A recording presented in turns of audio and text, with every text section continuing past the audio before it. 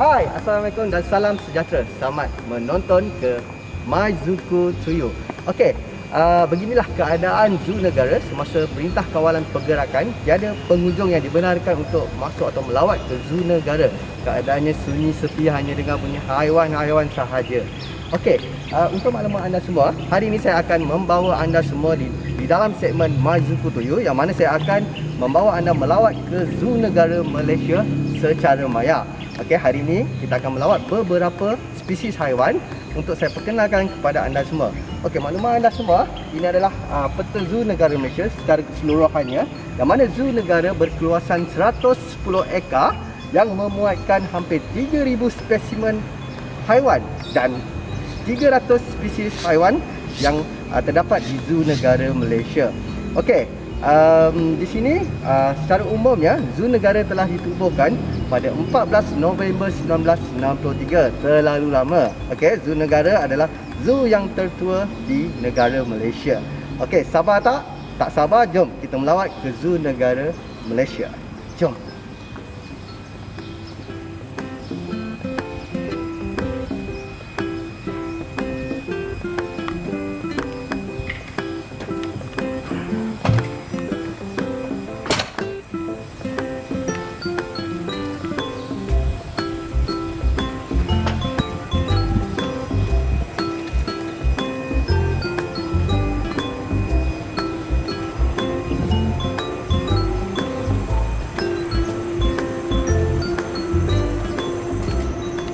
Okay, beginilah suasana dan keadaan zoo negara Malaysia. Keadaan agak lengang. Okey.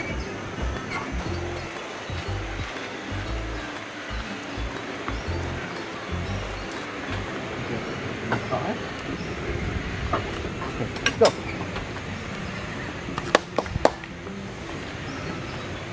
Hai Mas Boy, Mas Kira. Okey, di hadapan saya ini adalah Mas Boy dan Mas Kira. Anda semua tahu kan, ini adalah zirafa, haiwan yang tertinggi di dunia. Okey, kita tengok lihat secara dekat ya. Kita dapat lihat zirafa ini adalah zirafa kanak-kanak ataupun juvenile. Okey, yang mana Mas Boy yang jantan ni, yang kecil ni, berusia 2 tahun. Okey, manakala Mas Kira namanya kita beri dan umurnya 3 tahun. Okey, kedua-dua ekor ini dilahirkan di dalam zoo negara Malaysia. Okey, tahu tak anda semua zirafa makan apa? Okey, zirafa tentunya adalah herbivora, pemakan tumbuh-tumbuhan dan buah-buahan. Okey, bagaimana dia nak mencapai makanannya? Okey, dia akan mencapai makanannya menggunakan lidahnya yang panjang untuk meragut pucuk-pucuk pokok di pokok-pokok yang tinggi seperti itu. Okey, Mas Boy, Mas Kira, come. Boy, Kira. Okey, kita lihat lehernya yang panjang. Sebenarnya leher zirafa ni mempunyai 7 segmen tulang leher, sama seperti manusia. Cuma tulangnya lebih besar daripada manusia. Kalau kita lihat bahagian atas kepalanya, ia mempunyai tanduk atau lebih dikenali sebagai oksigen.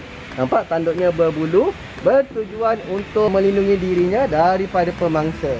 Okey, kakinya yang panjang. Okey, pernah tak terfikir bagaimana zirafa kita minum? Okey, untuk makluman anda semua, zirafa kita minum, dia akan mengangkangkan kangkangan kaki hadapannya untuk menstabilkan dirinya dan tunduk ke bawah untuk meminum air. Okey, kalau kita lihat pattern ataupun corak badan kepada kedua zirafa kita ni seakan sama. Okey, sebenarnya kedua-dua ataupun individu zirafa ini tidak mempunyai pattern atau corak badan yang sama. Sama seperti cap jari manusia. Ia berlainan dan berbeza-beza. Okey, Mas Boy. Okey, untuk pengetahuan anda semua, zirafa mempunyai lidah yang sangat panjang, iaitu ukurannya adalah 25 cm. Lidahnya berwarna ungu kegelapan ataupun biru kegelapan. Dan lidahnya juga anti kepada duri ataupun tidak lut kepada duri. dan lidahnya berfungsi untuk meragut atau mencapai pucuk-pucuk daun yang berada di pohon-pohon ataupun ranting-ranting yang tinggi. Bye Mas Boy. Okey, saya akan bawa anda haiwan yang kedua. Haiwannya berwarna hitam dan putih. Apa? Penguin? Apa lagi? Panda? Hitam dan putih. Jom.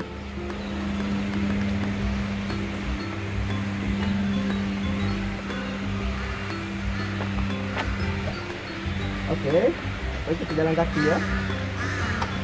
Okey, nampak di zoo negara bukan sahaja satu pamerannya ada haiwan itu saja. Maksudnya bukan di dalam pameran zirafah ni, tapi berkongsi juga dengan burung-burung painted stop ni.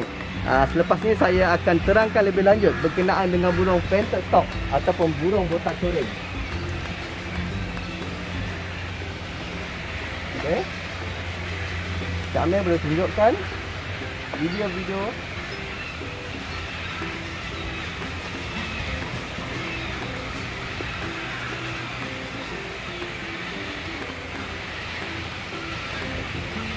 Okey, tengok ni.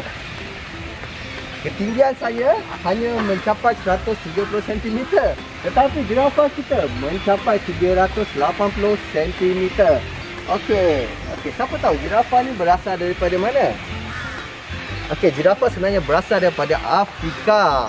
Okey, zirafah ni sangat unik. Dia tidak mempunyai vokal atau mengeluarkan sebarang bunyi ya.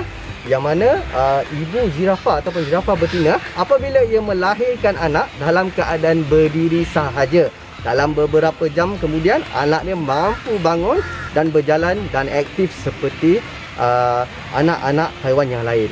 Okey, zirafah juga hanya span tidur dia 30 minit hingga ke 4 jam sehari saja. Siapa yang tidur 4 jam tu sama macam zirafah kita. Waram. Waram. Bye. Okey, kami boleh tunjukkan kita punya melayan tapir. Okey, haiwan berwarna hitam dan putih. Waram.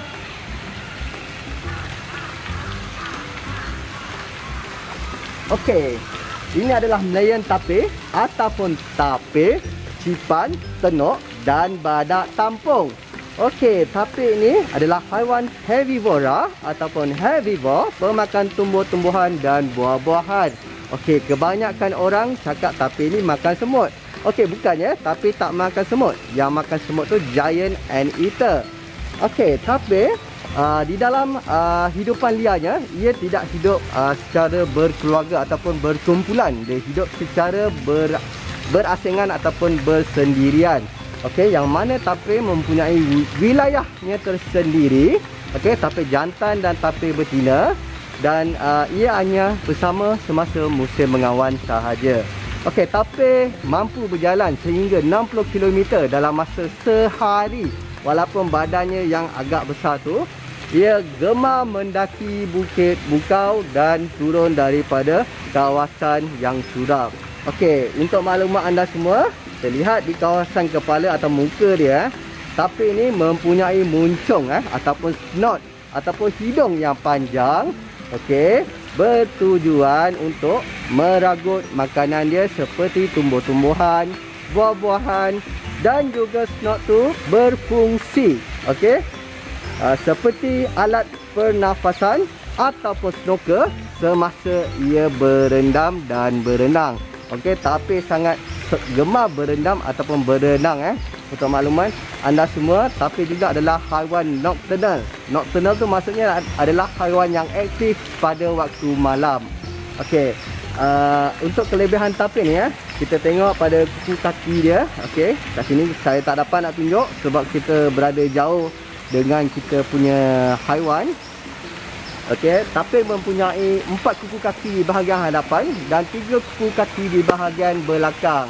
Untuk pengetahuan anda semua, melayan tapir merupakan spesies tapir yang terbesar berbanding 4 spesies tapir yang lain. Antaranya adalah bed tapir, mountain tapir, lowland tapir dan tapir karbomani.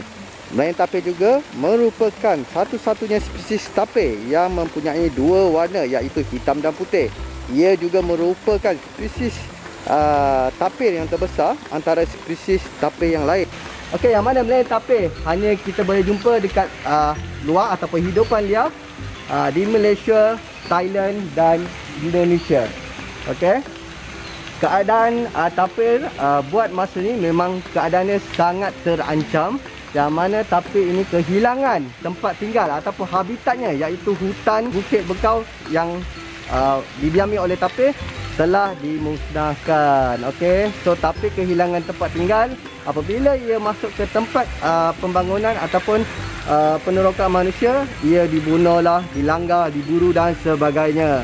Jadi sama-samalah kita menjaga ekosistem hutan kita. Untuk pendapat saya, cara bersendirian, tapir ini adalah haiwan yang sangat comel dan paling comel di dunia. Okey, let's go. Kita akan teruskan bersama-sama dengan Encik Amir dan Encik Ashraf. Kita akan terus ke tempat memberi makan burung.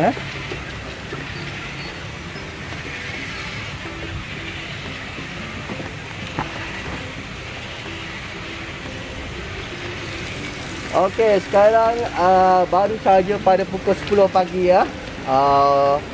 10 pagi. Okey, pada bulan Julai ni memang kita sudah sering didengarkan oleh bunyi-bunyi anak burung botak coreng ataupun burung painted stock. Okey, kerana ini adalah musim-musim ia ditetaskan, anak-anaknya baru keluar. Okey, paling ideal untuk melawat zoo negara bulan 7 hingga bulan 9 ya. Sebenarnya sangat bagus sebab anda boleh tengok tasik kita ataupun pulau di tasik ni dipenuhi dengan burung-burung painted stock. Okey, Cik Amir, jom kita tengok sini. Hati-hati ya, dia lalu dia berak. Okey, di sinilah kawasan apabila zoo beroperasi, kawasan tempat memberi makan burung ataupun feeding station kepada para pelawat dan kepada burung-burung yang ada di Tasik Zoo Negara. Okey, pelbagai spesies burung terbang bebas di dalam Zoo Negara Malaysia. Salah satunya kita ada burung painted stock, burung botak coreng, kita ada burung pelikan, kita ada burung bangau dan kita ada burung ibis dan pelbagai lagi spesies yang lain seperti burung pucung. Okey, sekarang ni keadaan pulau di tengah tu dipenuhi dengan sarang-sarang burung painted stock.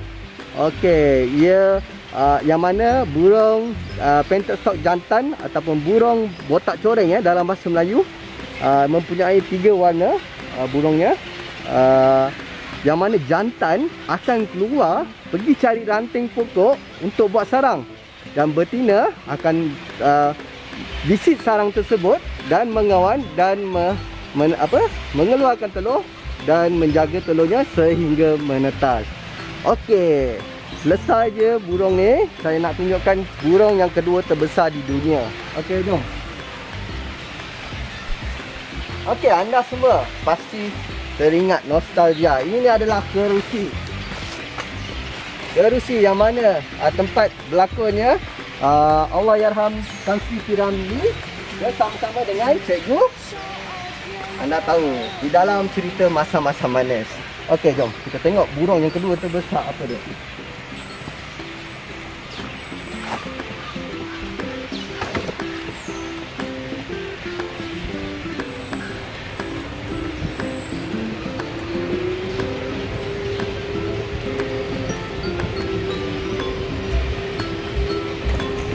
Okey, pemandangan di sebelah sana kita dapat lihat Bukit Tabur berada di belakang kawasan Zoo Negara. Memang sangat cantik. Okey. Okey, Cik Ashraf boleh berhenti.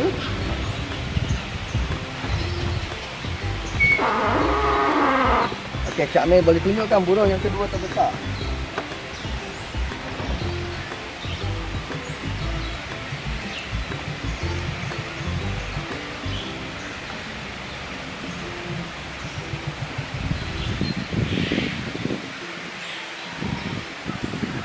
Okey, kita cuba dengar bunyi burung emu. Bunyi seperti drum. Betul atau tidak? Cuba dengar. Okey, cuba dengar ya.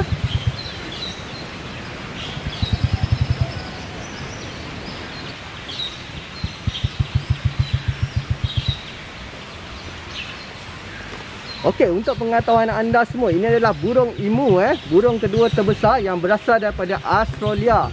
Yang mana burung yang pertama terbesar adalah burung unta ataupun burung ostrich. Itu berasal daripada Afrika. Okey, burung ni kalau kita tengok kuku dia, kaki dia mempunyai kuku kaki yang sangat tajam Okey, ia mempunyai 3 kuku kaki yang sangat kuat dan tajam. Okey, bertujuan untuk menendang mangsanya ataupun berfungsi seperti pisau. Bahaya ya. Okey, burung emu juga adalah burung yang sangat mahir berenang. Jangan ingat burung tak boleh berenang. Okey, burung ni adalah flightless bird yang tidak boleh terbang kerana dia mempunyai kepak, tetapi saiz kepaknya lebih kecil daripada badannya. Okey, siapa nak tengok warna burung telur burung emu? Okey, ini adalah telur burung emu dia agak lonjong. Okey. Dan telur kedua saya akan tunjukkan di sini macam mana Okey, ini ada telur burung emu. Manakala ini adalah telur burung kasawari. Okey, yang terbesar ni adalah burung ostrich. Okey, ini adalah telur burung unta. Okey, yang mana telur burung unta ni berat dia hampir 1 kilogram kalau dipenuhi dengan isi, sama dengan 12 biji telur ayam. Okey, telur ni of course lah boleh makan, tapi telur dua ni janganlah sesekali makan. Memang kita manusia tak boleh makan telur burung emu dan burung kasawari. Warna dia sangat unik. Okey, kebiasaannya dia akan mengeluarkan telur 8 hingga 10 butir telur. Okey, kalau lebih pun hingga ke 12 butir sahaja. Okey, itu sahaja berkenaan dengan burung emu. Lepas ni saya akan tunjukkan haiwan seterusnya. Pak belang. Nak tengok pak belang ke? Okey, jom.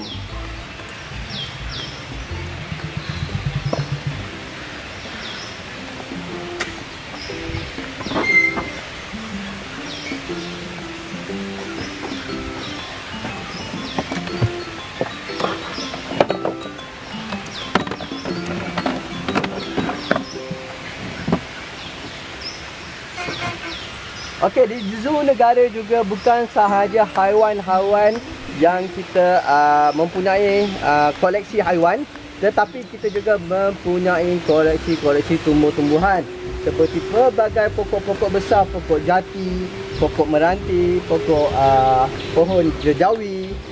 Kita ada juga pohon hujan-hujan yang berusia lebih puluhan tahun, dan kita ada juga taman herba. Untuk yang akan datang ni, kita akan sediakan kepada para pengunjung dengan biodiversity garden ataupun taman biodiversity. So di situ kita muatkan pelbagai amphibian ataupun hidupan-hidupan seperti katak, serangga di kawasan tersebut. Okey, inilah tasik zoo negara Malaysia ataupun tasik Tengku Abdul Rahman. Yang mana tasik ni kebiasaannya ni dipenuhi dengan para pemancing. Kita benarkan ada aktiviti memancing di dalam zoo negara Malaysia ni. Boleh hubungi kita punya khidmat pelanggan untuk memancing selepas tempoh PKP ni, ataupun zoo negara telah beroperasi seperti biasa. Pelbagai spesies ikan air tawar yang ada di dalam zoo negara Malaysia seperti ikan temoleh, ikan patin, kita ada lampam paling banyak dalam ni. Kita ada jelawat, kita ada ikan keli, kita ada predator, pemangsa paling hebat di dalam tas ini adalah ikan toman, giant snakehead. Okey, so saya akan bawakan anda semua untuk melawat ke harimau Malaysia ataupun harimau Malaya, Malayan tiger.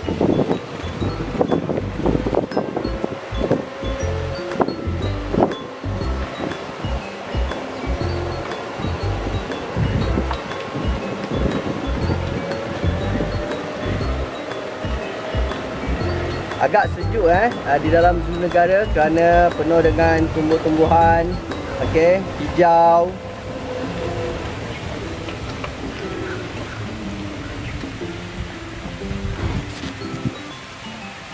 Okey, kita cuba lihat haiwan yang kedua terakhir. Pada segmen kali ini, jangan risau, pada masa akan datang kita akan perkenalkan ataupun tunjuk lagi haiwan-haiwan yang lebih lagi kepada anda semua, kepada para penonton. Okey. Okey, kita dapat saksikan ini adalah harimau Malaya. Okey, ataupun Malayan Tiger ataupun Pak Belang. Okey, ini adalah raja rimba di dalam hutan kita. Okey, yang mana harimau Malaya ini adalah haiwan pemangsa yang paling tertinggi hierarkinya di dalam hutan Malaysia. Harimau Malaya ni mendiami di kawasan hutan-hutan tebal seperti di kawasan Johor, Segamat dan Kota Tinggi, seperti di Pahang, di Terengganu dan Great Perak macam tu ya. Tetapi kalau kita lihat harimau ni ia mempunyai 3 warna 3 hitam, warna keperangan dan warna putih di bahagian bawah badan harimau. Okey, harimau Malayan Tiger ni ataupun harimau Malaya ni mempunyai tanda berwarna putih di belakang telinga ya. Okey, untuk pengetahuan semua, harimau Malaya ialah subspesies harimau yang kedua terkecil daripada 9 subspesies harimau yang lain. Tapi sayangnya 3 subspesies daripada harimau telah pupus. Okey, harimau yang telah pupus yang kita semua tak dapat lagi lihat, apatah lagi generasi akan datang, adalah harimau Jawa. Okey, harimau Jawa yang sangat kecil. Warna dia pun agak terang dan menarik. Saya pun tak dapat tengok gambar dia lah. Saya hanya dapat tengok lakaran sahaja. Harimau Jawa telah pupus. Memang kita semua tak dapat lihat secara realiti. Sedih ya. Dan keduanya adalah harimau Bali. Jangan ingat dekat Bali tak ada harimau dulu. Ada juga telah pupus. Dan yang ketiga adalah harimau Caspian. Okey. Untuk pengetahuan ataupun makluman harimau Caspian ni ia agak berbulu dia agak tebal sikit itu saya tak berapa pasti, tapi saya buat rujukan, saya lihat gambar-gambar dia yang ada yang dapat dilukiskan dan gambar hitam putih pun ada juga. Harimau Caspian ni ia lebih bulu dia agak kembang dan dia antara harimau yang terbesar daripada subspesies harimau yang lain. Okey, tapi malang sekali harimau ni ketiga-tiga ni telah pupus di muka bumi. Harimau Malaya ni akan menerima nasib yang sama jika kita tidak menjaga ekosistem hutan kita, kerana hutan kita adalah habitat kepada hidupan-hidupan liar ini semua. Okey, spesies-spesies ataupun subspesies harimau yang masih wujud lagi adalah harimau yang pertama adalah harimau Siberia ataupun Siberian Tiger. Yang kedua Indo-Chinese Tiger ataupun harimau Indo-Cina. Yang ketiga adalah South Chinese Tiger ataupun harimau Cina Selatan dan yang kedua terkecil adalah harimau Malaya dan paling kecil sekarang adalah Sumatran Tiger. Okey, ketiga-tiga subspesies ni memang harimau, tetapi saiz dan fizikal struktur badan dia okey dan corak pada badannya agak berbeza. Kalau kita teliti kepada 6 subspesies ni, ia mempunyai corak-corak yang berbeza. Sedangkan harimau Malaya antara individu lain ataupun harimau Malaya sendiri okey tidak mempunyai corak yang sama. Ia sama seperti cap jari manusia ia mempunyai belang-belang yang berbeza Okey, harimau Malaya adalah haiwan pemakan daging. Okey, ia makan daging. Okey, kalau di hidupan liarnya, of course dia sangat suka makan babi hutan, wild boar ataupun rusa sambar. Okey, memang rusa tu sangat besar Sekali harimau kita makan 30 hingga 40 kg dan dia berehat 3-4 hari puasa tak makan lagi sebab dia dah makan besar So di zoo negara kita amalkan secara diet macam tu. Cuma kita beri makanan setiap hari, kecuali satu hari tu kita akan puasakan dia, estimatekan makanan dia, sebab kita nak jaga berat badan dia yang ideal. Okay, kita tak nak beri makan, ia akan menjadi obes dan menerima pelbagai penyakit kerana haiwan di dalam kurungan ni dia beresiko tinggi untuk menerima penyakit-penyakit yang kronik Okey, tetapi zoo negara ini mempunyai pusat veterina ataupun doktor-doktor yang pakar ia mampu ataupun boleh merawat ataupun sentiasa memantau keadaan harimau Malaya kita. Okey, Untuk pengetahuan anda semua, harimau Malaya hanya tinggal 200 ataupun kurang daripada 250 ekor di kawasan hidupan liar. Dijangkakan pada tahun 2050 harimau Malaya kita akan pupus di Malaysia. Sedih. Okey, sebenarnya saya nak sampaikan satu mesej. Apa yang kita ada pada hari ini, hidupan liar yang kita ada hari ini adalah pinjaman semata-mata daripada anak cucu cicit kita. Kita kena bertanggungjawab ataupun kita diamanahkan untuk menjaga apa yang ada hari ini untuk generasi akan datang. Okey, saya rasa ini sahaja berkenaan dengan harimau Malaya ataupun Malayan Tiger. Kalau nak maklumat lebih lanjut, boleh datang ke Zoo Negara. Selepas Zoo Negara dibuka, saya akan terangkan dengan lebih lanjut. Okey, jom kita pergi ke haiwan yang seterusnya.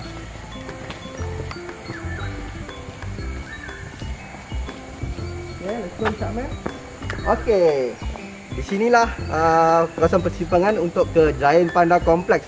Tapi hari ni saya tak dapat nak tunjukkan ataupun kita pergi melawat ke Giant Panda Complex ataupun pusat konservasi panda. Next time ataupun di dalam segmen yang lain, kita akan tunjukkan panda tersebut. Okey, let's go.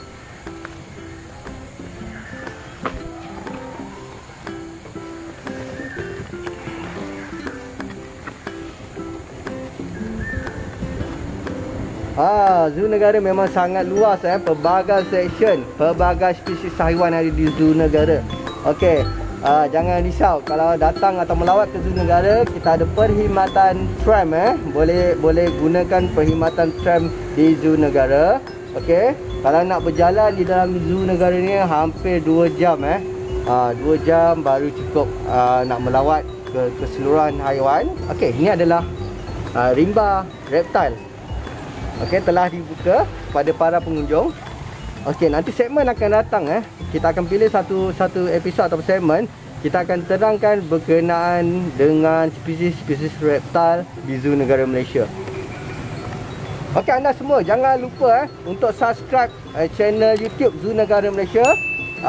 Like kita punya Facebook page Zoo Negara Malaysia dan juga follow Instagram Zoo Negara Malaysia. Okey, haiwan seterusnya kita akan tengok landak.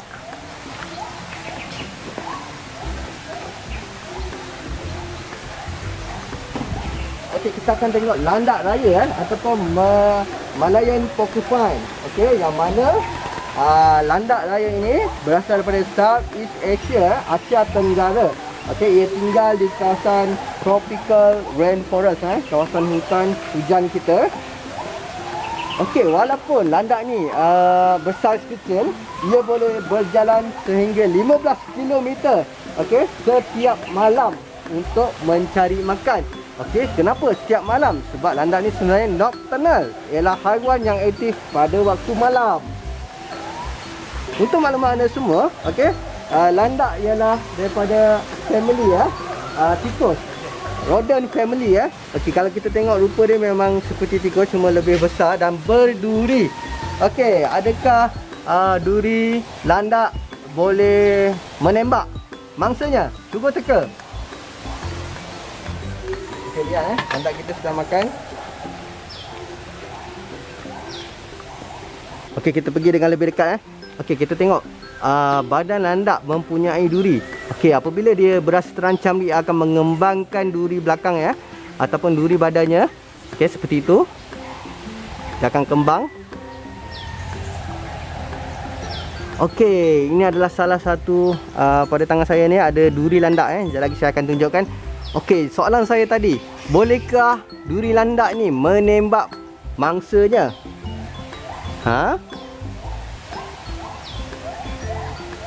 Okey, jawapannya tidak boleh. Okey, landak tidak boleh menembak durinya kepada mangsanya. Okey, apabila landak berasa terancam, ia hanya mengembangkan durinya dan mengundur secara ataupun bergerak secara mengundur atau mengundur ke belakang untuk menusuk mangsanya. Okey, tengok kat sini bersepah-sepah kita punya zookeeper baru saja lepas beri makan. Okey, memang kita punya landak ni kuat makan Dia makan apa tu? Okey, ada sayur kobis, ada sayur kacang panjang dan juga sayur carrot. Okay, sometimes landak ni kita berikan arrangement ataupun pengayaan. Kita beri makanan-makanan seperti buah-buahan dan kita letakkan di dalam buluh, yang mana landak ni mampu dia mampu gigit ataupun kopek buluh tu dengan giginya yang kuat. Okey, di sini landak-landak kita tidur sebab dia adalah nocturnal haiwan yang aktif pada waktu malam. Jadi pada waktu siang, okey, sama di hidupan liar, dia akan korek lubang-lubang tanah untuk tidur okey, seperti ni Dia akan tidur di dalam lubang-lubang tanah. Yang mana lubang-lubang tanah ni akan menghubungkan antara satu sama lain antara landak-landak dan di kawasan yang berdekatan dengan air. Kita lihat dengan lebih dekat ia mempunyai misai, whiskers. Deria bau dia sangat tajam Okey, untuk maklumat anda semua, landak juga ia mampu makan tanduk rusa. Tanduk rusa yang keras tu dia boleh makan. Okey. Okey. Nampak tu? Apabila ia berasa terancam, ia akan mengembangkan durinya Okey, ini adalah Melayan porcupine. Okey, bulu ataupun duri Okey, sebenarnya duri landak raya ni dia tajam, tetapi di dalamnya adalah hollow ataupun bersifat macam mana saya cakap, ada ruang udara ataupun kosong sama seperti pelepah burung, bulu burung kalau kita potong ia kosong. Ada yang lembut, yang boleh dilentur macam ni, yang patah, ada yang keras macam ni. Agak tajam sangat tajam. Nampak tu? Sangat-sangat tajam. Okey. Okey, ni nampak tu? Bulu durinya. Okey, itu saja berkenaan dengan landak raya